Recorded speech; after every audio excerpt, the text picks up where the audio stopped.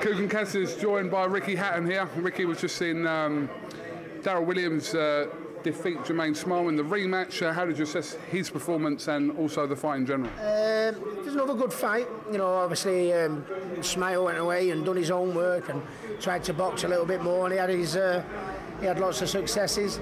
I think he started really well in the first couple of rounds, and then Darryl clawed the 2 rounds back with the knockdown in the third. And I think it was a fair result, but you know, I mean, just like the other fight, it was always going to be a very, very close fight, a very, very tough fight. I did think my lad, you know, and obviously, you know, people will make up their own mind, but I did think he just about nicked it in another close fight. And to be all honest, it was never going to be anything other, to be honest with you. You know, I thought it was one of them fights where if it had creeped in the other corner, I'd have been a little bit gutted, but I wouldn't have had a moan because it was that close. But I do think Darryl pinched it. Obviously, it's been a busy week for you. Obviously, your fighter, Nathan Gorman, is now linked up with Frank Warren. So we all know about the heavyweight division, how rife it is. So he'll be looking to add his name into that mix in the coming years and months.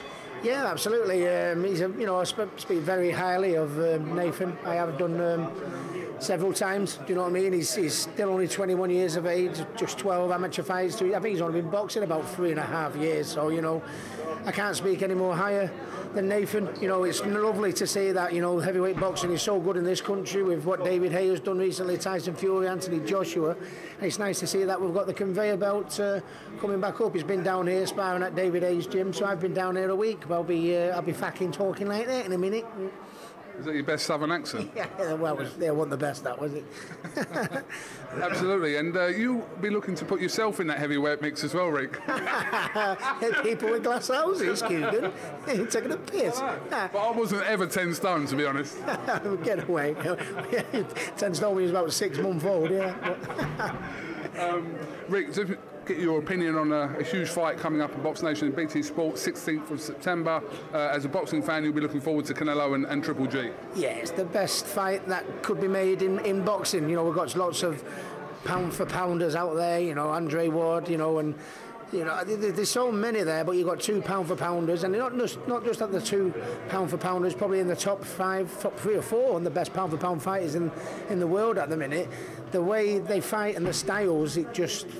you know, I mean, to get it on BT and BoxNation, that is an absolute dream. You've got the best fight in boxing you're going to watch there. And to be honest, you know, I keep changing my mind. I always thought Golovkin until his last fight, you know, where he struggled a little bit, you know, and Canelo hits very, very hard, especially to the body. You know, nobody's hit Triple G to the body yet, you know, and it doesn't matter how tough you are there, you know, when you get it down there, it can be difficult, but what an absolutely sensational fight. What a coup for BT and BoxNation, yeah.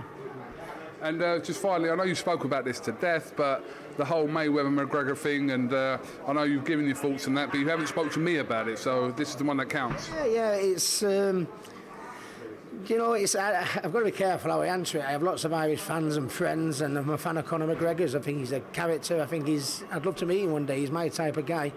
But if you're asking me how the actual fight, you know, would go, you know, we're talking about Canelo there. What a wonderful fighter he is. You know, he's a pound for pound. He's up there now. You know, he couldn't lay a glove on Mayweather. You know what I mean? Oscar De La Hoya, probably one of the best technical boxers in my era. He couldn't solve the puzzle, and even me, with me hustle and bustle 100-mile-an-hour style, I couldn't do it. You know, and as good as a puncher he is in the UFC, this is a boxing match, and I can't see how Conor is going to solve the puzzle. So many others couldn't, you know, and I hope he does. I hope he knocks him out. But you know, if you're asking me honestly, I would love to see it, but I can't see it. No. All right, well, listen, Ricky Hatton, thank you very much for talking to the Cassius and Helder Show here on BoxNation. Wish you the best of a summer. Do you wish good summers to people? Do you do that? Yeah, we'll get on the beach up in Tenerife soon, I think. They want me to star in Baywatch. Yeah, the dinghy. Ricky Hatton, thank you very much for talking to us. We'll catch up with you soon, all right? Top man.